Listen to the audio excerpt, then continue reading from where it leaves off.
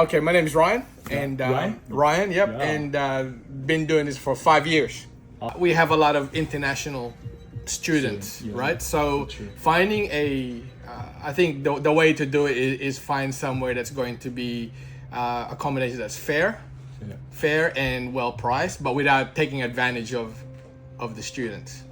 Because what's happening now, there's a lot of unscrupulous landlords who will raise the price and provide very bad accommodations. I'm a fair businessman, all right? So we want to make sure that you only charge for what it's worth. But there are other people there that really makes it very, very difficult for students. There was a little bit of a dip in COVID, of course, because there was no students.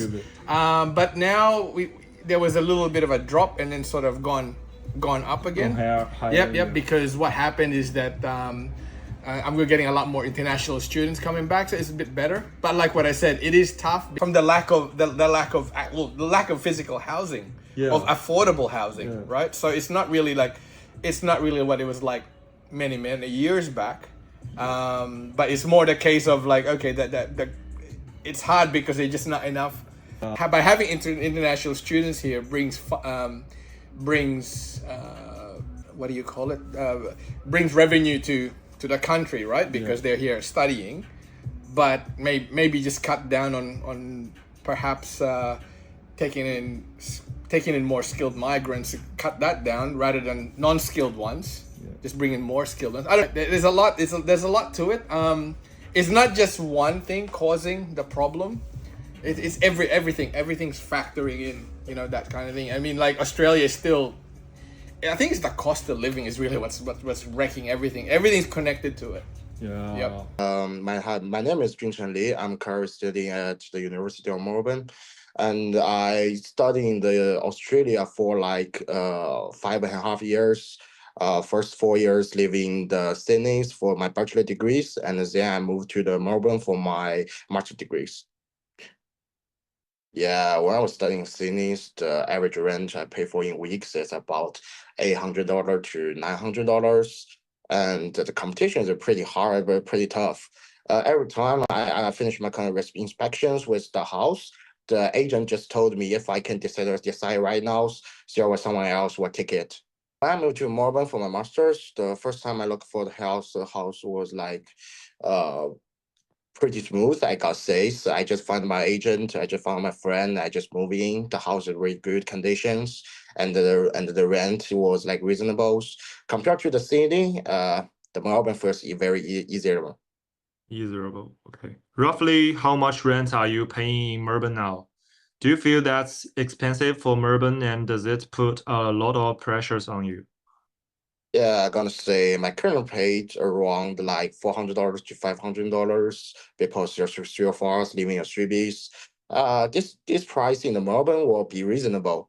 It's very reasonable, and the financial pressure is like manageable for me. It's literally cheaper than Sydney, right? Of course. Okay. Comparing your recent inspections in Melbourne with your experience in Sydney, where did you feel the competition was tougher? Of course, the Senate competition is more harder. The more people are looking for the housing there, but they are not very much like house resource in the Senate. Of course, the Senate competition is more harder. The more people are looking for the housing there, but they are. Do you really believe cutting students' number would make rents drop and solve the crisis? Or does it feel more like a supply and planning problem? Pretty smooth. I got sales. I just found my agent. I just found my friend. I just moved in. The house is really good conditions, and the rent was like reasonable compared to the city. The Melbourne first is very easier. Easerable. Okay. Roughly how much rent are you paying in Melbourne now? Do you feel that's expensive for Melbourne, and does it put a lot of pressures on you? Yeah, I'm gonna say my current pay around like $400 to $500 because there's three of us living in three Bs. This price in the Melbourne will be reasonable. It's very reasonable, and the financial pressure is like manageable for me. Based on my experience renting in both Sydney and Melbourne, I don't think reduced student numbers would make the rents like drop significantly. The real issue seems like in Sydney there are too much people want to rent a house. Not only the international students, but also with the many overseas laborers or the immigrations.